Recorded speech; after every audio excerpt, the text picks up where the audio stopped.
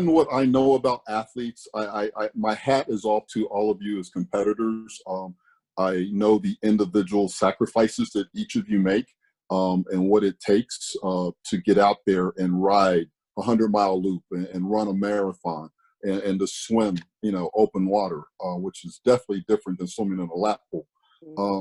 Given all of that, again, I said my hat's off to all of you for actually competing and doing those things. And I know the dedication. So I'm going to ask you a question. Do you have guilty pleasures? Because I know your training routines are like really regimented. You got to do this, you got to eat this, because I know you got to fuel your body, so you have to eat right. So does anybody have a guilty pleasure like Haagen-Dazs ice cream, or I don't know, turtle sundaes or something along those lines? Oh yes, there have been a few times where I've planned a workout specifically so I would end at an ice cream shop. Okay, all right. Kathy, I didn't mean to bust her out like that, but okay. Yeah. No, that's awesome, actually. I would even say that there's some guilty pleasures that happen during a race. Some of my athletes have planned on Ironman distance races, you get special needs bag on your bike and run, and they will very specifically put in any, Dr. Pepper I've seen as being a guilty pleasure. I have seen candy bars, potato chips, all sorts of things get put in those special needs bags. But depends. I think one of my definite guilty pleasures is sleeping in. Because gosh, when you're training, it feels like, especially during the work week, you get up early every day to try to fit in training and get off to work. And then the weekends you get up early so you can get in all the training and things like that. So sleeping in is definitely a guilty pleasure. But I think if I was to pick like a food, it would probably be like after a long workout, it would be like a really good steak and baked potato. Okay. That would be right up there. Ryan, how about yourself? Guilty pleasure is definitely pizza for me on long workout days. As you'll hear a lot of athletes that get into training, triathlon, any other of these sports or activities is they'll say a lot of times that's why they do train so hard, so that they can eat like this or they can do this for specific reasons. And events like Kathy mentioned that gotten into is a lot of these aid stations are comically like buffets, and you'll see people eating from potato chips to candy, M&Ms, really anything that helps them along in their day. So, but for me, definitely pizza. Okay. And closing up, trying to wrap things up, I do have a couple questions left for Kathy. Kathy, do you ever plan on competing again? Unfortunately, I don't compete any longer. Unfortunately, I have a medical condition that prevents me from competing. So the coaching really has become my way to stay connected in the sport, way to stay connected with all of the athletes. And so I wish I could, but unfortunately, doctors have told me no. Okay.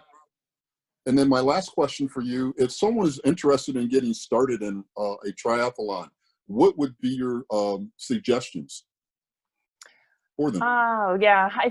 I'd start small. Definitely, work your way into the sport and start with a friend. I mean, I actually started way back in the early 90s doing triathlons, and it really, before I got into the longer distances, that's where I started, was with some friends, and it was truly like, let's go have some fun. And my first was, I think I was the swimmer on the relay, for the team and things like that. So that was a great way to get started, have some fun with it. And definitely those short races teach you so much about yourself as an athlete and how to manage effort in different parts of the race.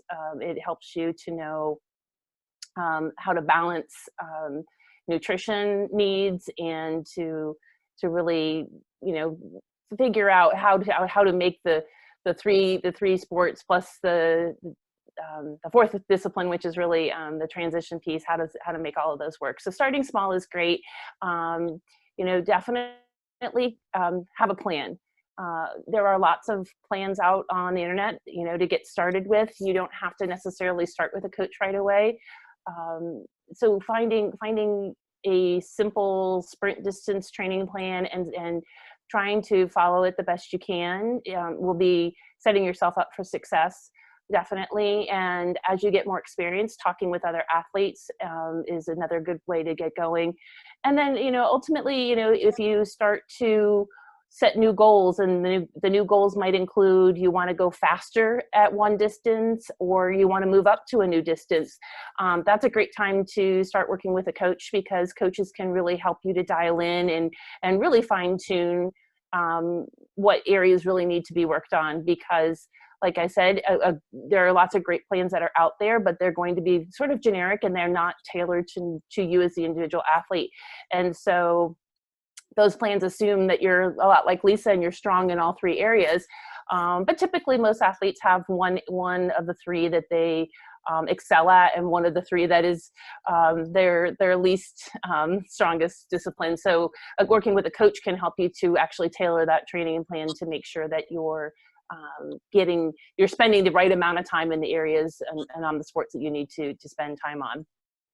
Awesome. Well, I know from Aquatic Adventures, we value your time that you come into our facility, because it helps us out. And also, I really like the fact that we're able to help you and your swimmers out as well. I know I see Lisa working out before classes and after classes, and I see you probably on a weekly basis. So again, I'm glad we're there for you. Maybe it'll get me motivated enough to get a raggedy bicycle maybe and hop on and try and ride a quarter of a marathon or something. But as you said, start small, and we'll go from there.